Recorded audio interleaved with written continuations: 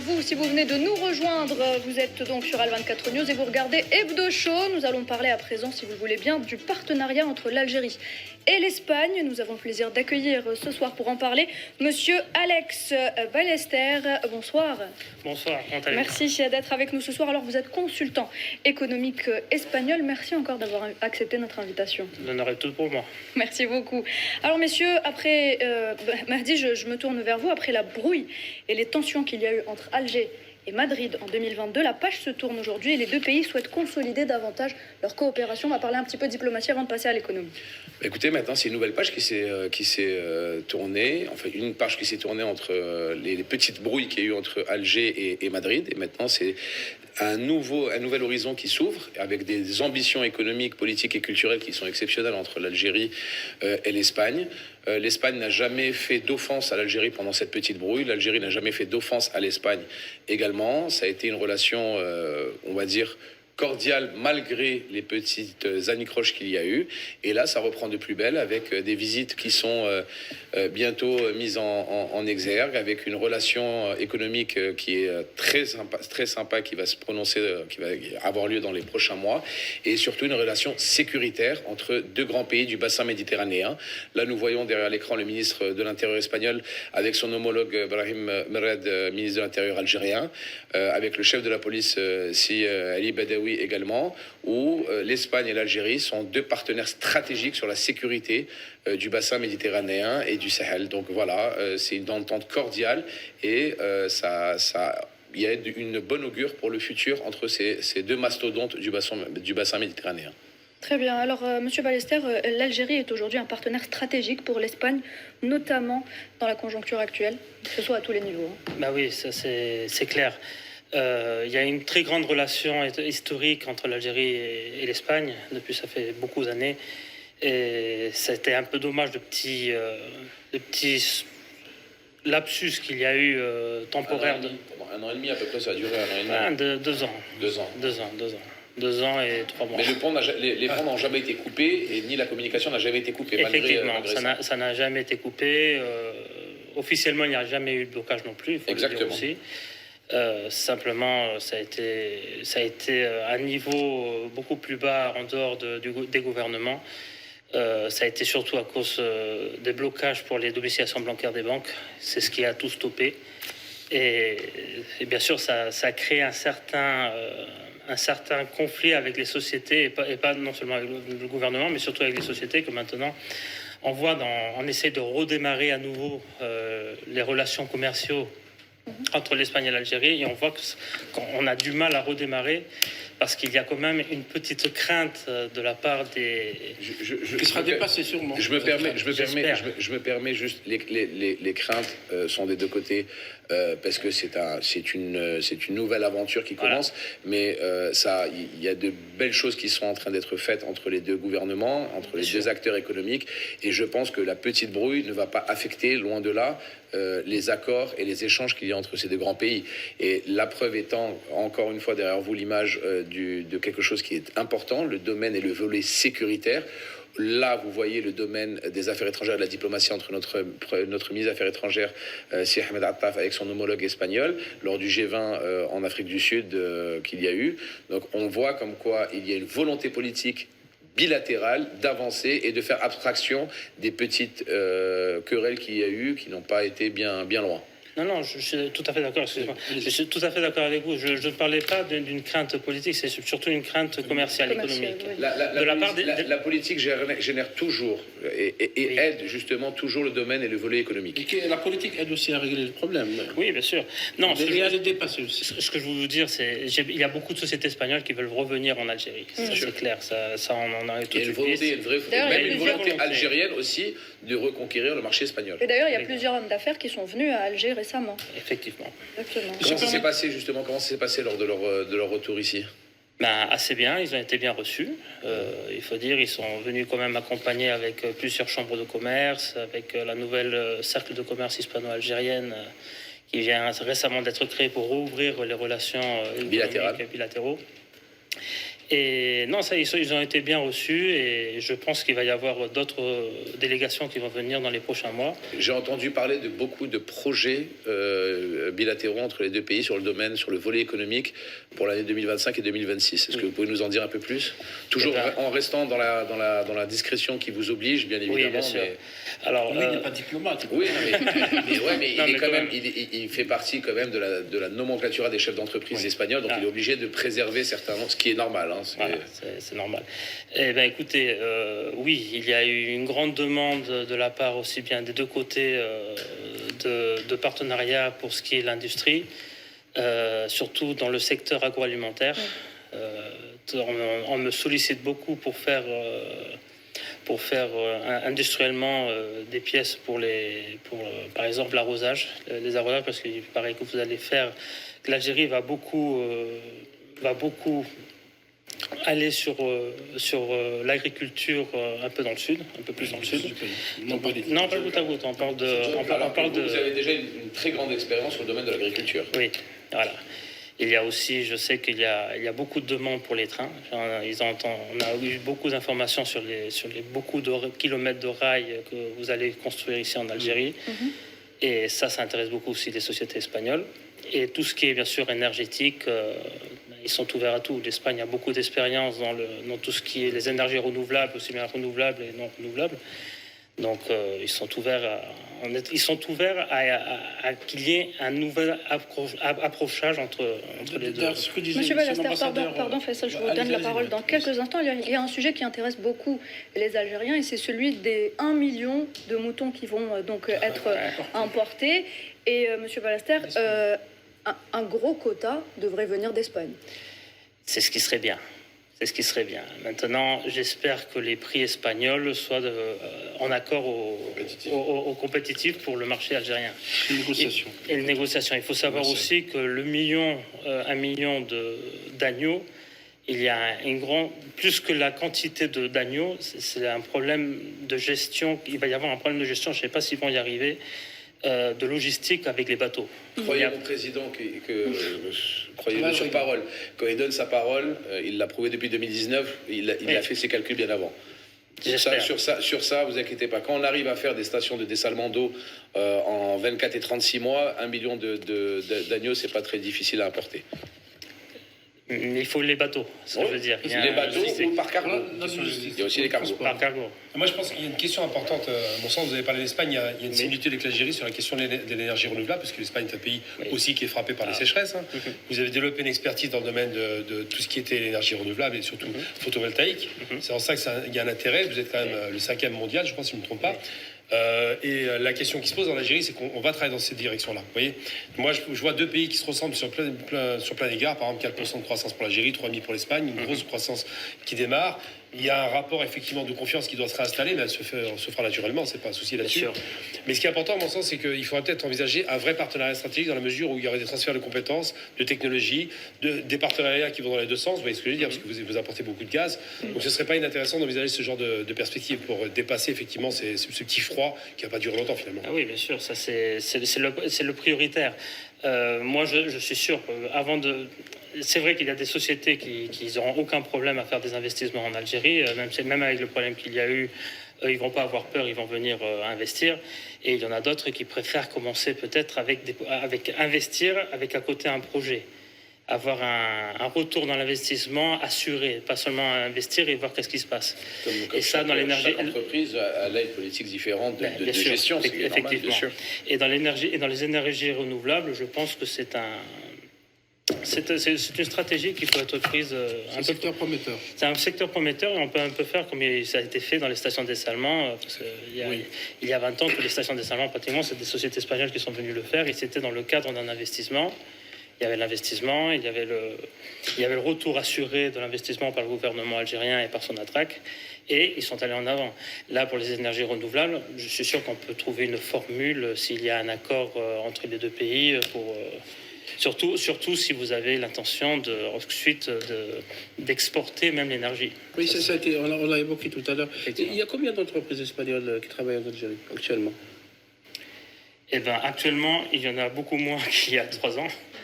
Mais ça va reprendre, ça va reprendre. Et qu'en est-il, parce qu'on m'a dit tout à l'heure parler de la possibilité aussi aux entreprises algériennes d'investir et de vendre aussi sur le marché espagnol. Est-ce qu'il y a des facilités? Est-ce qu'il n'y a pas des blocages? Parce qu'ailleurs, on a constaté que malgré l'existence d'un accord d'association qui va être révisé et renégocié en cause de ça, il y a parfois des entraves. Est-ce qu'il est possible par une entreprise algérienne, on l'a vu qu'ils étaient présents à la foire de Londres de l'agroalimentaire, de vendre et d'investir sur le marché espagnol? Il y a possibilité, du fait, je suis en train de regarder dans ce secteur-là, dans ce domaine-là. C'est vrai qu'il y a certains produits qui ont un certain blocage, mais pas du niveau espagnol, mais à niveau européen. Oui. D'accord, comme par exemple les panneaux solaires. Il y a un taux de douane très fort pour entrer dans l'Union européenne, tout ce qui n'est pas... Mais ça, l'Espagne ne peut rien faire. C'est pour protéger le marché européen. L'Espagne, ils sont ouverts à tout ce qui leur permet, l'Union européenne, d'importer. Si c'est possible de le faire en Algérie et l'importer en Espagne, ils le feront. Et vice-versa. L'Algérie, c'est quand même une porte ouverte vers l'Afrique. Oui. Toute industrie que l'Espagne peut faire ici en Algérie, ils savent qu'ils ont une porte ouverte. En fait, c'est un marché ouvert. Et quels seraient les produits que l'Espagne qui intéresseraient l'Espagne, produits algériens agroalimentaires ou industriels?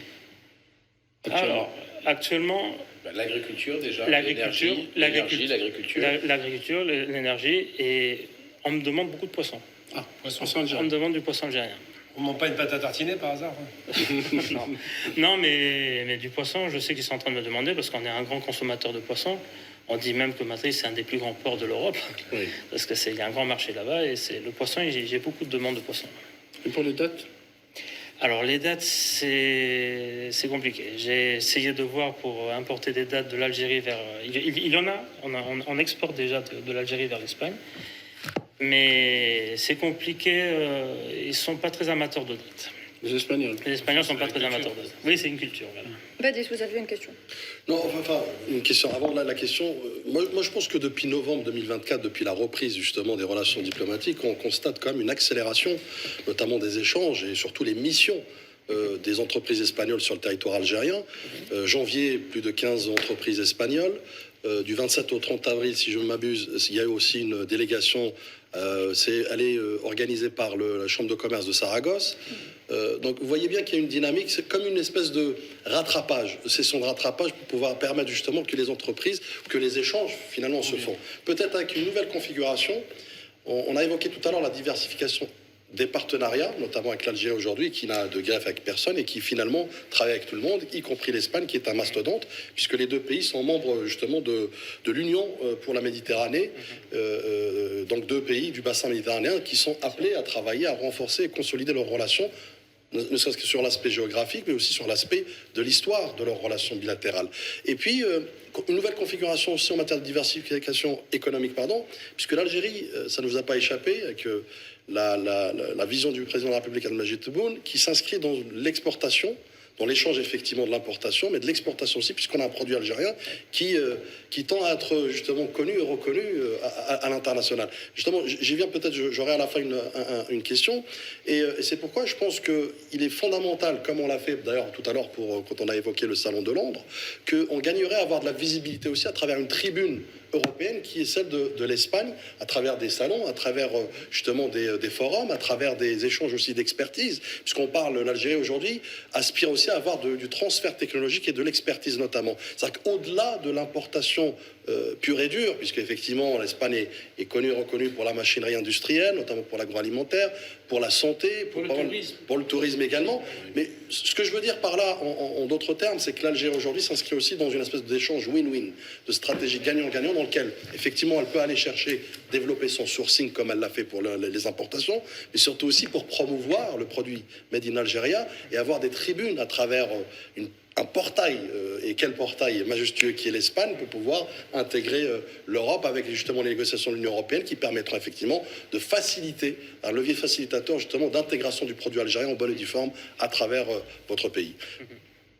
Après, juste la question rapidement, c'est que justement, quel bilan vous faites à ce jour, même si c'est depuis novembre 2024, c'est hier, on voit bien qu'il y a une dynamique très positive, très constructive, puisque aussi, comme ça a été évoqué tout à l'heure par Mehdi, il y a cette relation qui était infaillible et qui s'est prémunie notamment justement malgré la brouille, puisque l'Algérie aussi, de son côté, a permis l'approvisionnement en gaz malgré les divergences, malgré l'adversité, mais elle a su être justement ce partenaire fiable effectivement du bassin méditerranéen pour pouvoir permettre de donner le là, puis surtout aussi donner le cap pour travailler ensemble dans un respect mutuel, mais surtout aussi dans des perspectives d'avenir dans lesquelles tout le monde s'y retrouverait.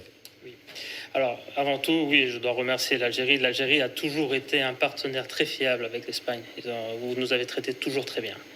Depuis les années 70. Il y a eu une très bonne relation, 70-80, incroyable.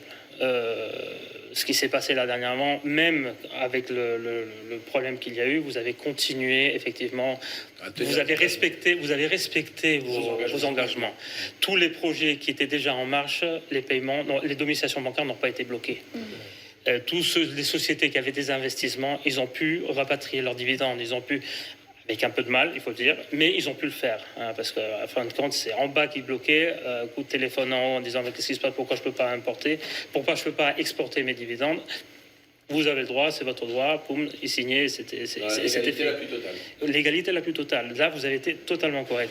Et c'est pour ça que je sais qu'avec l'Espagne, maintenant, l'Espagne, alors il y en a qui ne le voient pas, il y en a qui le voient, c'est à nous, à des gens comme moi, à faire le travail de qui le voit. Le travail a été fait. Le travail, en réalité, n'a pas été vraiment bloqué. Il faut le dire, il faut les convaincre. Alors, maintenant, notre travail à la CCIHA, les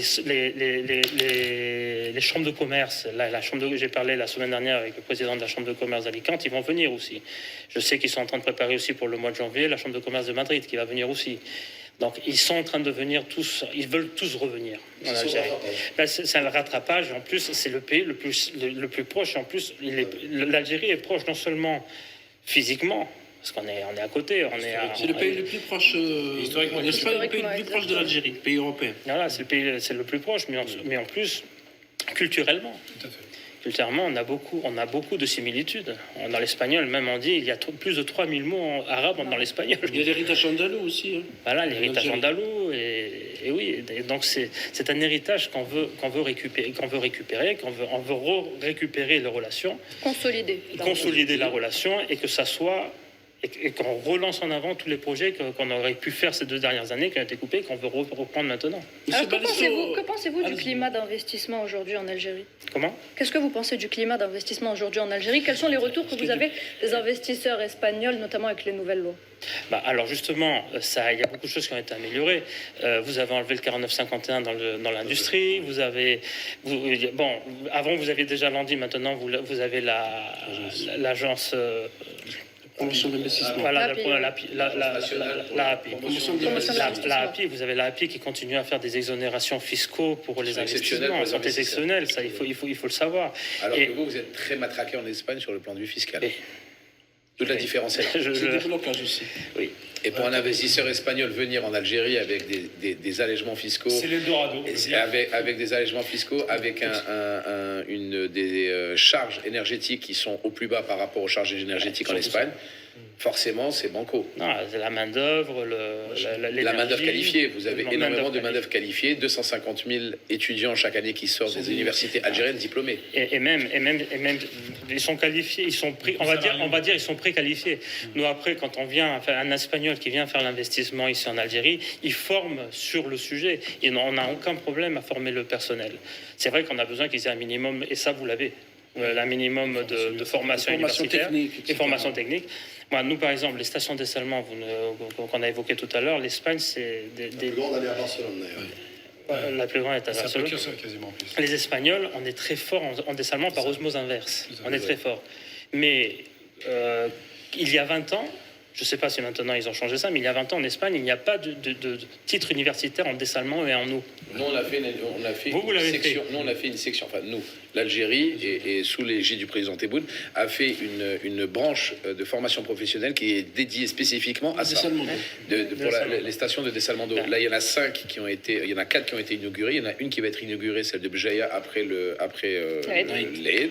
l'Aïd. Et après, il y en a 6 qui ont été mises en projet pour les 3 prochaines années.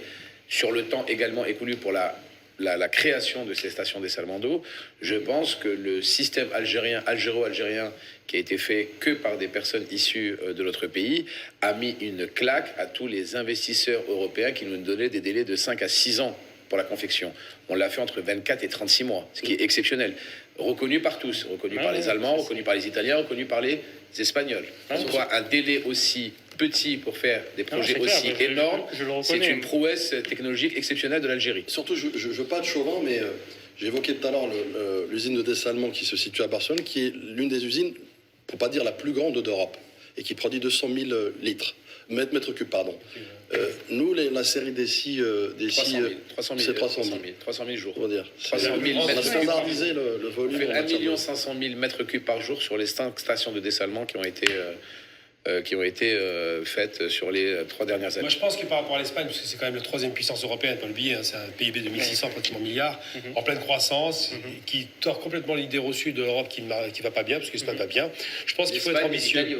Oui, l'Italie, ça va se faire. En gros, c'est les 3 pays industriels qui fonctionnent le mieux, c'est l'Espagne, l'Italie. L'Allemagne a du mal, mais ça reste une grande puissance industrielle. Je pense que vous auriez à gagner effectivement non seulement à investir en Algérie. Pourquoi ? Parce qu'on a parlé d'avantages comparatifs, coût de l'énergie pas cher, surface industrielle abondante, coûts salariaux très bas et des compétences qui sont réellement actées. Donc je pense qu'il faudrait peut-être envisager ce genre de perspective dans une perspective durable. Parce que là, il y a eu un coup de froid, effectivement, ça arrive dans tous les pays, c'est pas une surprise, mais un coup de froid qui se résout en 2 ans, c'est vraiment formidable. Et en même temps, le président a dit, bon, on n'était pas d'accord en temps, ça va mieux aujourd'hui. Et je pense qu'il faut relancer, parce que vous, c'est plutôt des États un peu indépendants. Il faut vraiment relancer cette dynamique pour faire en sorte que non seulement des investissements espagnols arrivent en Algérie, mais que les investisseurs algériens puissent aller en Espagne, parce que c'est pas interdit de le faire. Gamal, c'est juste pour abonder sur ce que tu dis. Il y a un autre élément très important que le président de la République a mis en place pour justement rassurer. Et là, j'entends votre incertitude tout à l'heure, inquiétude par rapport aux projections. Le président justement a mis en place un plan de stabilité économique notamment sur les prochaines 10 années. Donc c'est pour vous dire qu'effectivement, au-delà de la loi d'investissement que vous avez évoquée tout à l'heure par rapport au 49-51, qui est quand même un curseur important en matière de compétitivité et surtout d'attractivité de l'Algérie par rapport aux investisseurs, il y a aussi cette stabilité, puisque nous savons par le passé qu'effectivement... ne seront pas demain... De 10 ans. Ils ne sont pas revus. Vous avez une stabilité qui vous permettra effectivement d'avoir des projections, puisque nous savons par le passé que beaucoup d'investisseurs étaient frileux par rapport à cette instabilité, par cette volatilité, notamment en matière de loi et de réglementation. Aujourd'hui, c'est le passé. Oui, allez-y, répondez, monsieur Belester. La stabilité juridique. Oui, ça a été réglé assez bien. Comment ça a été perçu en Espagne, justement? Cette stabilité maintenant qui est prônée sur 10 ans, pour que les lois ne changent pas tous les 6 mois ou 2 ans comme les gouvernements précédents. On a encore un travail à faire, à leur apprendre ce genre d'informations. En Espagne. En Espagne, bien sûr. D'accord. En Espagne, ils continuent. Et comment ça a été perçu? Par les personnes que vous avez contactées? Ça peut pas être mal perçu. Mais cela se fera peut-être avec les chambres de commerce. Gamal parlait tout à l'heure de la puissance économique de l'Espagne. Avec l'Algérie et l'Espagne, il y a un traité d'amitié, vous savez. Nous avons 2 traités d'amitié. Nous avons avec l'Italie et avec l'Espagne à ce jour. Ma question, c'est par rapport au tourisme. On sait que tous les experts mondiaux, toutes les revues, tous les spécialistes classent l'Espagne parmi les 3 ou 4 premières destinations touristiques au monde. Si ce n'est pas le deuxième, parfois c'est la première.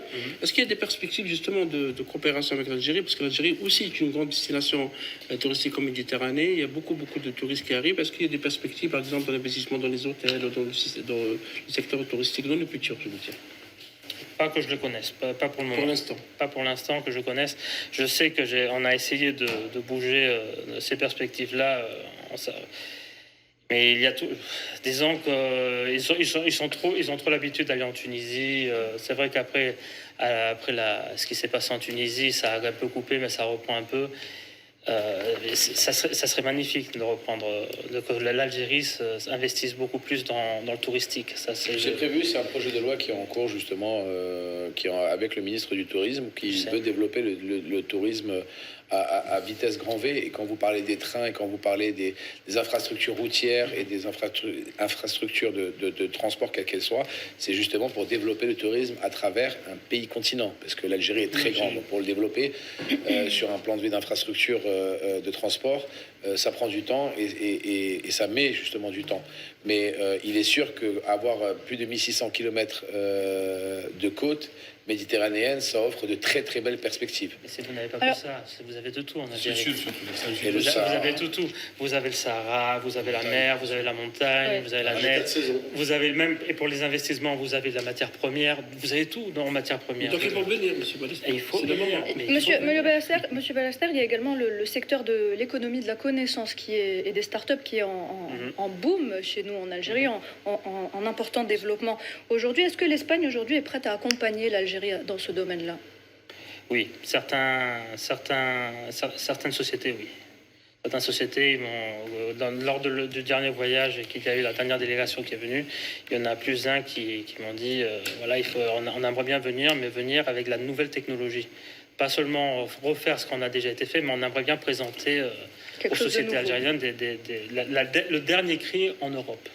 Venir avec le dernier cri, pas seulement ce que vous avez l'habitude de voir. Et ils veulent faire un catalogue. Il y a certaines sociétés qui m'ont dit, ils aimeraient bien faire un catalogue et venir le présenter ici en Algérie. Très bien. Très bien. Vous parlez de touristes qui choisiraient la Tunisie peut-être par habitude, par tradition. Mais est-ce qu'il y a des possibilités de faire de la promotion de votre côté? Bon, le côté algérien, on le fait. Je sais que le ministère du Tourisme le fait. L'ONAT aussi, l'organisme qui est en charge du tourisme, le fait. Et derrière l'Algérie qui participe au salon touristique de Croatie à Zagreb, qui est quand même un salon très important en Europe. Est-ce qu'il y a des possibilités d'attirer plus de touristes en Algérie, d'autant plus qu'il y a des lignes aériennes, qu'il y a des échanges? Le tourisme, oui. Oui, je pense que le tourisme, on pourrait faire quelque chose. Là où j'ai dit qu'on n'est pas arrivé, c'est apporter les sociétés touristiques espagnoles. D'accord. D'accord, pour créer. Les agences. Non, pas les agences, les hôtels. Ah, les hôtels. Les hôtels espagnols, on n'est pas encore arrivé à les convaincre. Mais le tourisme, oui, c'est un très joli pays, c'est comme je l'ai toujours dit. Déjà, il y a Oran, vous prenez le cas d'Oran avec Santa Cruz. Bah il y oui. a quand même un passé très long, parce qu'on parle du passé historique, avec l'Andalousie, avec une présence espagnole en Algérie, avec Et pas une que culture ça, commune. Alger, Cervantes a été Tout à fait, Alger. oui, absolument, Il y a... absolument. Il était dans la grotte à Alger Il aussi. était là à grotte à Alger, il y a beaucoup. L'Espagne, il y a un moment, l'Espagne a été propriétaire d'Oran. Tout à fait. Du tourisme culturel, on peut mettre ça en place, c'est facile. Oui, et ensuite, effectivement, le désert, les Espagnols adorent le désert. Maintenant, bon, il y a eu un petit problème dernièrement, je pense que ça va les refroidir un peu. Ah oui. Mais Oui, mais bon, on revient quand même sur le fait que l'armée nationale populaire a réussi à aider il a été réglé très rapide. Hein. à récupérer De manière le très rapide. stage. Alors là, chapeau, ça a été 3 jours, 4 jours, je pense que ça a Ouais. été. Non, ça a été magnifique. Ça prouve toute la sécurité qu'il y a dans ce pays. Comment dire, c'est un pays Et la gestion des frontières du pays, du grand pays continent qu'est l'Algérie. Moi, j'avais un ami à l'ambassade d'Espagne qui me disait que pour lui, Alger, c'était beaucoup plus sécurisé que Madrid. Ah oui, largement. En termes de, Il y a plus vous avez de plus de policiers chances, par mètre vous carré. avez plus de chances, vous avez plus de chances de vous faire assassiner pour des raisons touristiques, des raisons de terrorisme en Europe qu'en Algérie. Ah oui. Vous le savez. Mais je sais. Sur les 15 dernières années. Donc ça prouve ce que ça prouve. J'avais juste une dernière question peut-être pour moi. Elle est plutôt de l'ordre organique technique. L'Espagne, je reviens à l'Espagne et sa configuration politique, à savoir c'est des découpages par province. Est-ce que vous pensez qu'effectivement en matière de collaboration, on serait peut-être pas à chaque fois, on devrait corréler en fonction des besoins et des propositions par province? Puisque je prends l'exemple de l'Andalousie, dans lequel c'est une région que j'affectionne beaucoup, dans laquelle je suis habitué. On voit bien qu'effectivement, il y a cette exploitation agricole en matière d'oliviers, en matière de production d'huile d'olive.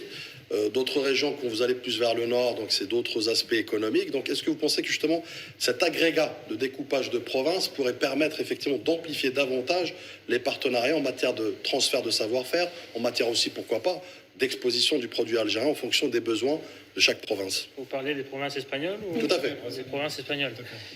Bah, écoutez, l'Espagne, elle est divisée par des communautés autonomes. Ils sont autonomes. Ils ont chacun le pouvoir de décider comment ils gèrent leur investissement, surtout dans le thème industriel. Ça, oui, on pourrait le découper comme ça. Moi, sur cette affaire-là, pour les investissements entre l'Algérie et l'Espagne, et aller par secteur ou non secteur, moi, je comprends très bien et je félicite le gouvernement algérien quand il décide de vouloir favoriser ce qui est la production algérienne. D'accord, ça je le félicite, c'est ce que tout le monde devrait faire en réalité. Même l'Espagne devrait le faire, mais si tout le monde le fait, à la fin, on va pas faire de business. Non, mais je pense que oui, on pourrait, par secteur. Ben, les chambres de commerce, elles vont venir ici par secteur, par exemple. Ils ont, chaque communauté européenne, ils vont venir avec leur délégation. Pour le moment, il y a déjà eu celle de Barcelone. Il y a celle d'Alicante qui est en train de la préparer. Celle de Saragosse à Madrid. Saragosse, il y a aussi... ils vont tous venir. Ils vont tous venir petit à petit et chacun va lutter pour le sien. Et il faudrait peut-être également rappeler les liens culturels et historiques qui lient nos deux pays. Monsieur Vellaster, des liens qui peuvent aider le partenariat économique entre Alger et Madrid. Ah oui. Il a parlé de l'héritage andalou tout à l'heure, de Cervantes, etc. De port espagnol à Oran aussi, qui peut être une destination touristique pour les Espagnols, n'est-ce pas? Oui. Non, et aussi, il faut savoir qu'il y a eu pendant la guerre d'Algérie, bon, pendant les années 40, il y a beaucoup d'Espagnols, et pendant les années 30, il y a beaucoup d'Espagnols qui sont venus se réfugier ici en Europe. Des républicains espagnols. Il y a beaucoup de républicains, donc il y a beaucoup d'Espagnols qui sont restés ici à vivre, qui ont eu des enfants, ils ont fait leur famille, et ils sont restés. Et même après, ils ont même lutté pendant la guerre d'Algérie. Qui était réputé d'ailleurs pour travailler dans le textile, notamment à Oran. Textile, oui. Très bien. Merci, monsieur Alex Vellaster. Merci d'avoir été avec nous ce soir, d'avoir accepté notre invitation. Je rappelle que vous êtes consultant économique espagnol. Merci beaucoup. Merci à vous. Merci à vous. Merci. Mesdames et messieurs, on revient dans quelques instants.